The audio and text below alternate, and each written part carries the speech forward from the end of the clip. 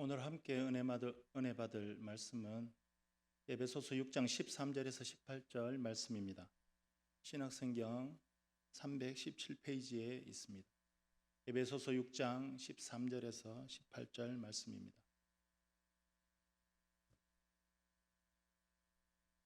제가 봉독하겠습니다. 그러므로 하나님의 전신갑주를 취하라. 이는 악한 날에 너희가 능히 대적하고 모든 일을 행한 후에 서기 위함이라. 그런즉 서서 진리로 너희 허리띠를 띠고 의의 호심경을 붙이고 평안의 복음이 준비한 것으로 신을 신고 모든 것 위에 믿음의 방패를 가지고 이로써 능히 악한 자의 모든 불화살을 소멸하고 구원의 투구와 성령의 검 곧 하나님의 말씀을 가지라. 모든 기도와 간구를 하되 항상 성령 안에서 기도하고 이를 위하여 깨어 구하기를 항상 힘쓰며 여러 성도를 위하여 구하라. 아멘. 할렐루야. 만나서 반갑습니다. 오늘 우리가 읽은 이 본문의 말씀은 우리가 신앙생활에 있어서 너무나도 중요하고도 강력한 말씀 중에 하나입니다.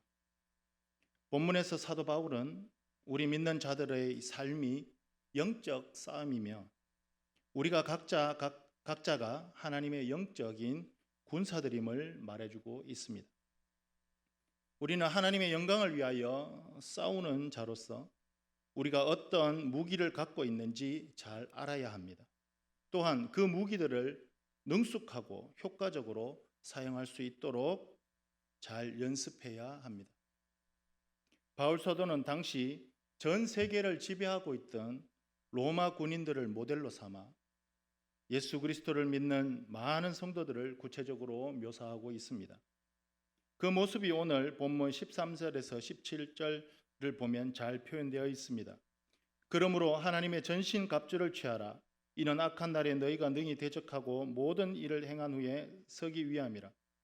그런즉 서서 진리로 너희 허리띠를 띠고 의의 호심경을 붙이고 평안의 복음이 준비한 것으로 신을 신고 모든 것 위에 믿음의 방패를 가지고 이로써 능히 악한 자의 모든 불화살을 소멸하고 구원의 투구와 성령의 검 곧 하나님의 말씀을 가지라.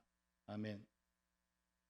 진리의 띠, 의의 호심경, 복음의 신, 믿음의 방패, 구원의 투구, 성령의 검, 완벽한 장비를 갖추고 있는 기세등등한 성도들을 성경은 하나님의 전신갑주로 잘 표현하고 있습니다.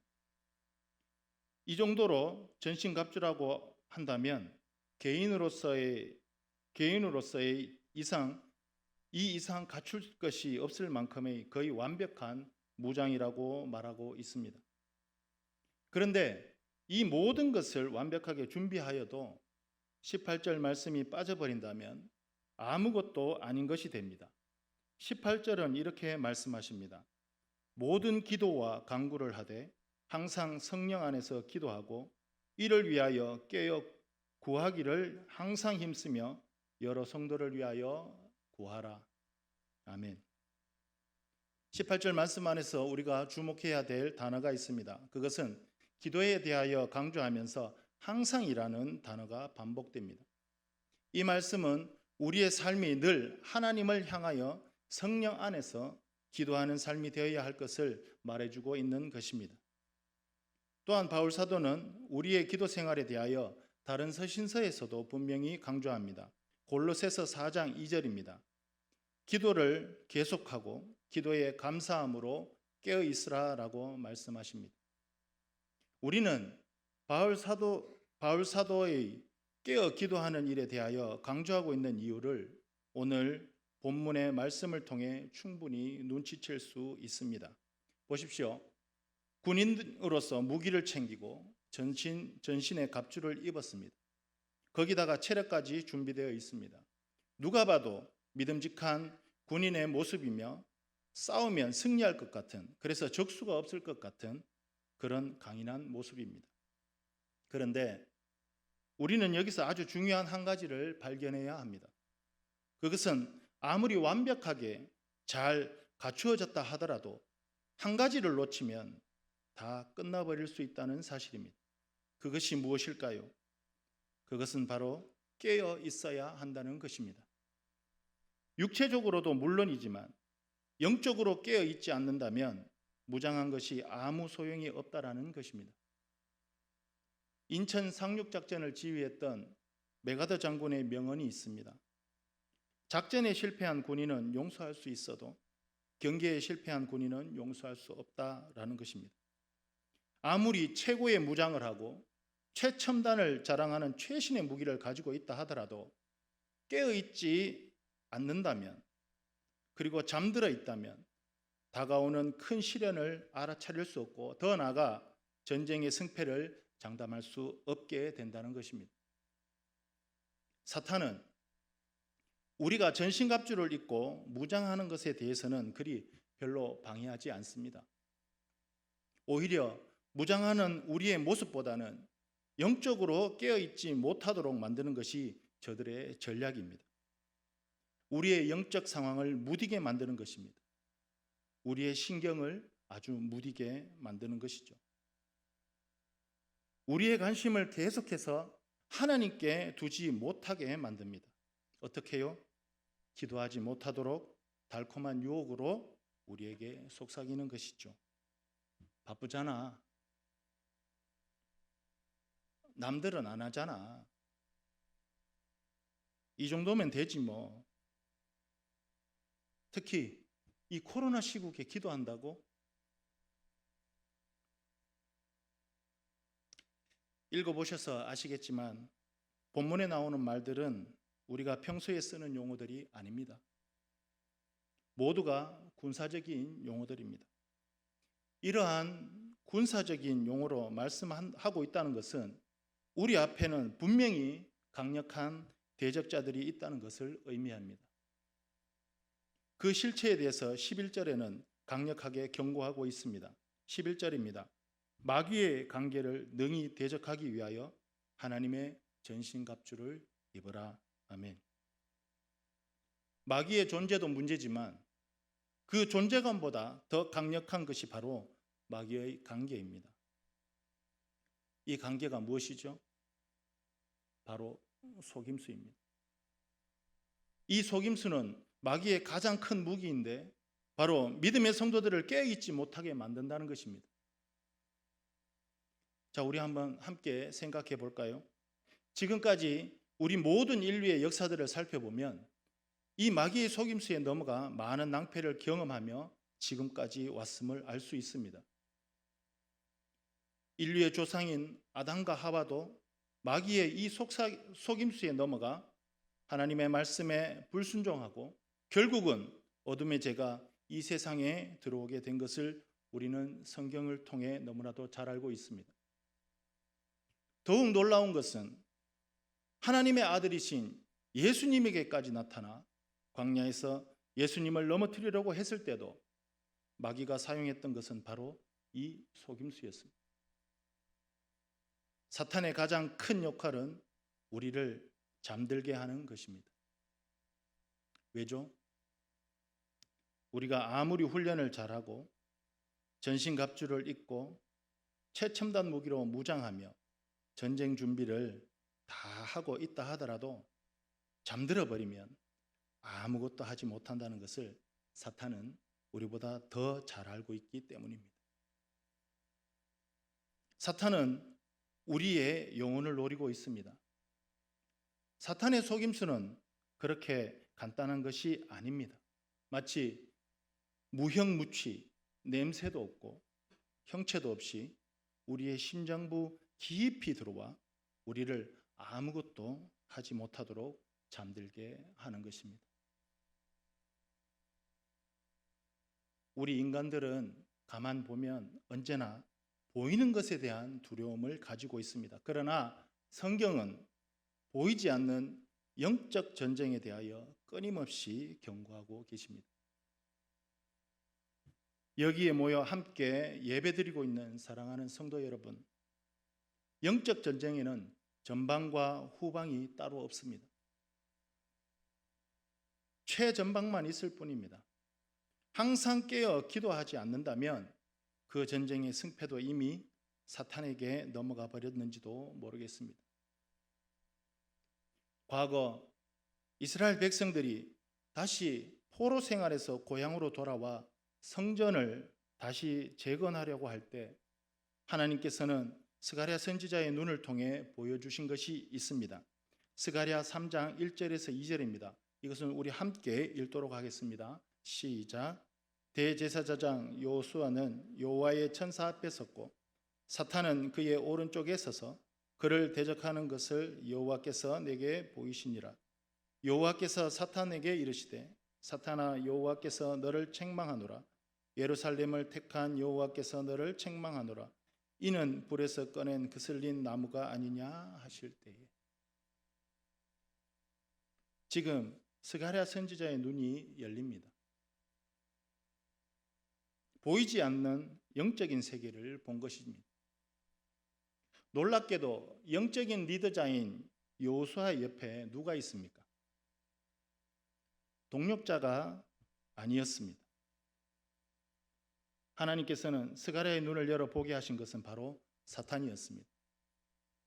이렇듯 사탄의 존재를 우리는 무시해서는 절대로 안 됩니다. 그러므로 우리는 생활하는 일상 속에 우리를 깨어있지 못하게 하고 잠들게 하는 사탄의 존재가 있음을 우리는 명심해야 합니다. 그래서 우리는 신앙생활에 집중력을 가져야 합니다. 그렇다면 우리가 깨어 기도할 때 하나님께서 우리에게 주시는 은혜는 무엇일까요?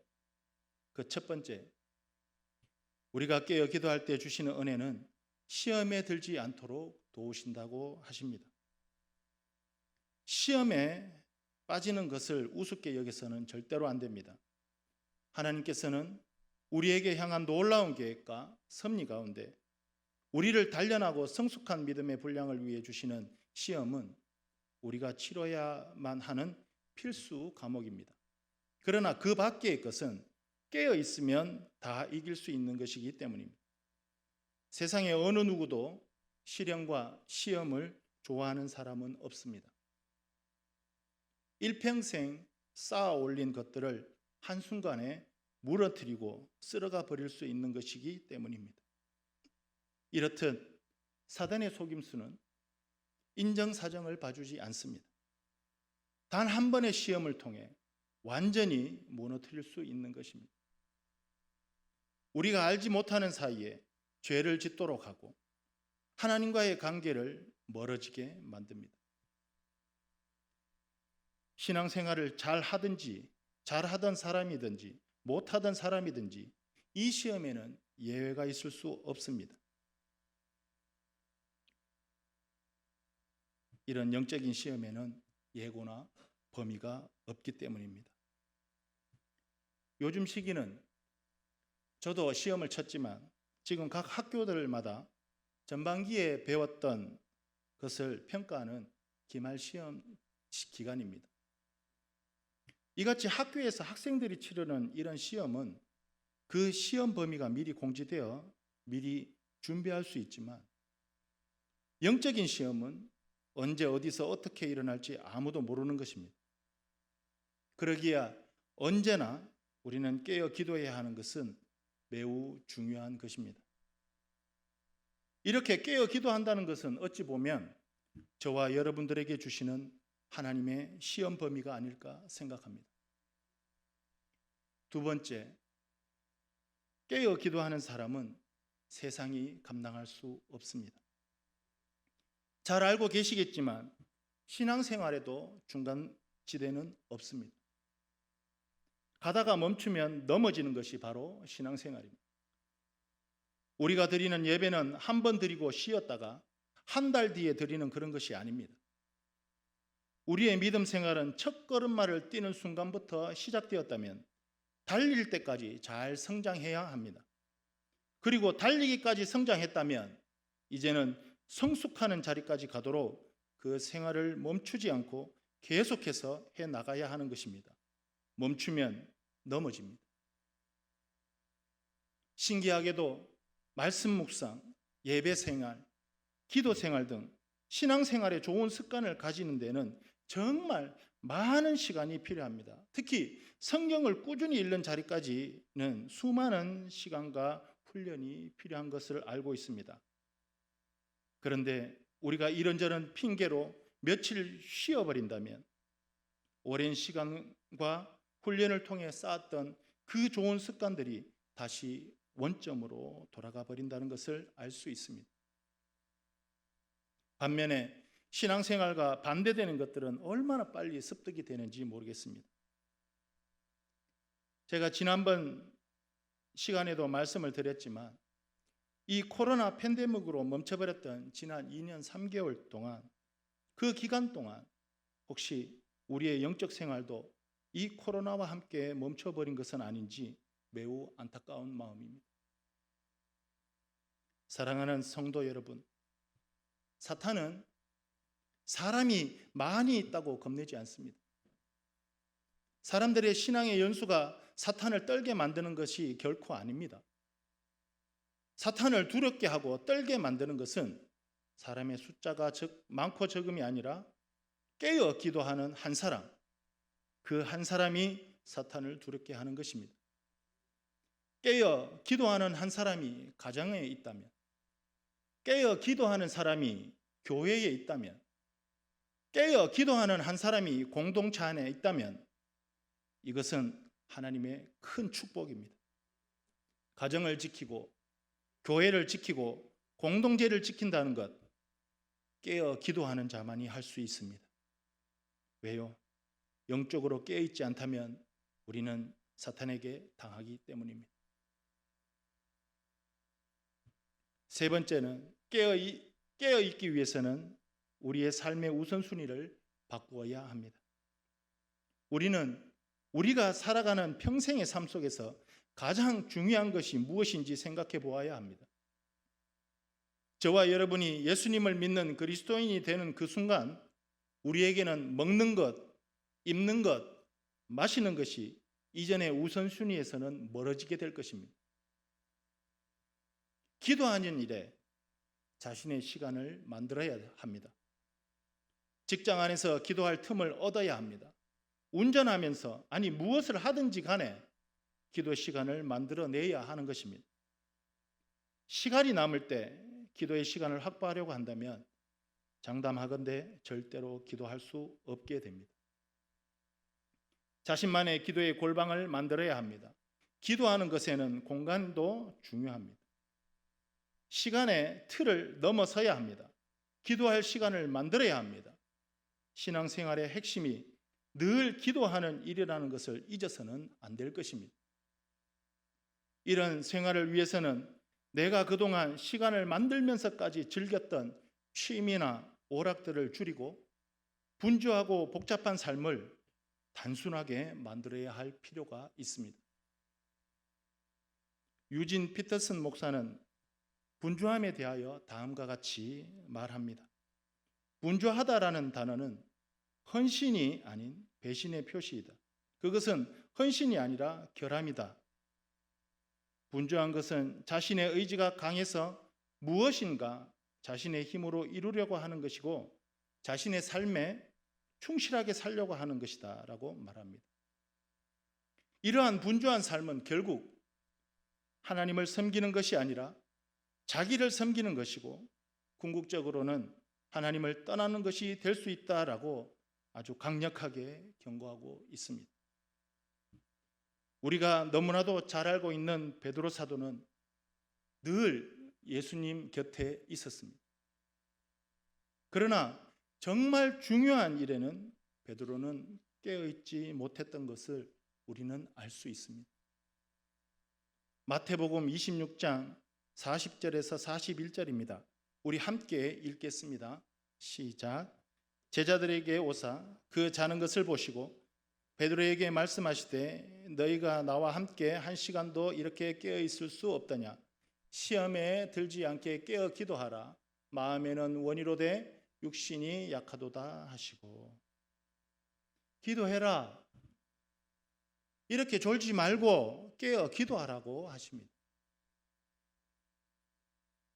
자신의 분주한 삶을 정리하고 자신의 삶에서 이 우선순위를 바로 두고 깨어 기도하는 일은 그리 쉽지 않은 일입니다. 그럼에도 불구하고 1시간이라도 깨어 있으라는 것입니다. 왜냐하면 앞으로 올 시험이 우리가 상상하는 것보다 너무나도 더 크기 때문입니다. 결국은 베드로는 당하지도 않아도 될 시험을 당하게 됩니다. 왜요? 깨어 기도하지 않았기 때문입니다. 오늘 우리의 삶에서 이 일이 얼마나 중요한 교훈이 되는지 모르겠습니다. 생각해 보면 저와 여러분들도 지금 예수님 옆에 있습니다. 그렇죠? 우리도 지금 예수님과 동행합니다. 그러나 베드로처럼 실수를 반복하지 않으려면 우리는 우리의 일상의 삶에서 깨어 기도하는 시간이 충분히 있도록 노력해야 될 것입니다. 분주복잡한 여러분들의 삶을 영적인 것을 위해 정리해야 합니다. 여러분들의 삶의 중심이 우선순위를 두어야 합니다. 언제 어디서 무엇이 터질지 모르는 최전방과 같은 우리의 삶에 아직도 정리되지 않은 것이 있다면 정리하셔야 합니다. 여러분들의 기도의 시간을 확보하십시오. 기도할 공간들을 확보하십시오. 잠시라도 기도하는 일을 쉬지 않아야 합니다. 잠시라도 깨어있기를 여러분 스스로 결단해야 합니다. 직장, 가정과 학교, 우리의 믿음의 공동체는 언제나 어디에서든지 깨어 기도할 수 있는 그런 공간이 될 수 있습니다. 말씀을 정리하겠습니다. 사랑하는 성도 여러분, 사탄의 존재를 우리가 알았다면 우리는 더 깨어 기도해야 된다는 것이 확실해졌습니다. 깨어 있는다라는 것은 소망에 관한 말씀입니다. 예수님께서는 제자들에게 자신이 부활하실 것과 성령님을 보내주실 것을 약속하셨습니다. 또한 예수님께서 하늘에 제자들을 위한 거처를 마련하시고 다시 오실 것을 약속하셨습니다. 그들에게 부활과 영원한 하나님 나라가 약속되었습니다. 우리가 깨어 있어야 하는 것은 바로 이 소망에 대하여 깨어 있어야 한다는 것입니다. 깨어 있기를 결단해야 합니다. 여러분, 요즘 들어 일어나는 일들과 모든 환경을 보면 불안하고 짜증이 나는 그런 불안한 마음을 가지고 있습니다. 뭔가 불안한 마음을 하나님이 주시는 마음이 아닐 것입니다. 하나님이 우리에게 주시는 마음은 평안이요 기쁨입니다. 그럼에도 불구하고 자꾸 그런 마음이 자꾸 드신다면 그것은 깨어 기도해야 될 때임을 알려주시는 하나님의 시험 범위가 아닐까 생각해 봅니다. 이미 사탄이 공격하고 있다는 공격의 형태가 우리의 마음의 불안함으로 나타나고 있는 것입니다. 다시 깨어 기도해야 합니다. 오늘 이 시간부터라도 깨어 기도하는 일에 우리의 마음이 있기를, 우리의 우선순위가 되기를 소망합니다. 다시 한번 말씀드리지만 우리는 성령 안에서 쉬지 말고 기도해야 합니다. 또 우리는 예수님을 기다리는 소망을 품고 깨어서 기도해야 합니다. 기도 생활은 다시 우리를 삼위일체 되시는 하나님께로 인도할 것입니다.